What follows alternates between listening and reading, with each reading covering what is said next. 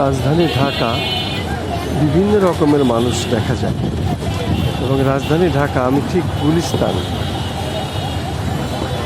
গুলিস্তান এলাকায় ভাসমান মানুষ, পথ শিশু এবং যারা মোটামুটি টোকাই, যাদের কোনো মাথা গোঁজার ঠাঁই নাই, কোনো ঠিকানা নাই, এরা এইভাবে বিভিন্ন জায়গায় শুয়ে থাকে, আশ্রয় নাই এবং সময় পার করে।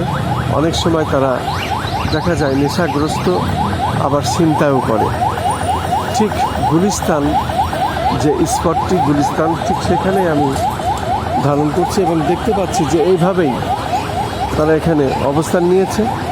এইখানে তারা নিরাপদে আছে এবং সুন্দর পরিবেশে আছে। আমরা দেখতে পাচ্ছি সব কিছু স্বাভাবিক ঠিকঠাক থাকলেও তারা মূলত শান্তিতে ঘুমোচ্ছে, কিন্তু এই ঘুম আসলে তাদের কতক্ষণ, সেটা হলো বিষয়। তারা ঘুরে ফেরে আর এইভাবে বিভিন্ন চিন্তা করে, এইভাবেই তারা তাদের জীবন জীবিকা চলে। তারা মূলত নেশাগ্রস্ত, চুরি চামারি, ছিনতাই, এই হলো তাদের কাজ।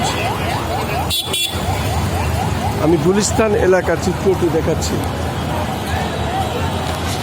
আমি খন্দকার মাসুদুজ্জামান। ধারাবাহিকভাবে আমি এই কাজগুলো দীর্ঘদিন ধরে করে থাকি এবং সেগুলোই আমি দেখিয়ে যাচ্ছি। ধারাবাহিকভাবে আমার এই কাজগুলো আমি চালিয়ে যাচ্ছি।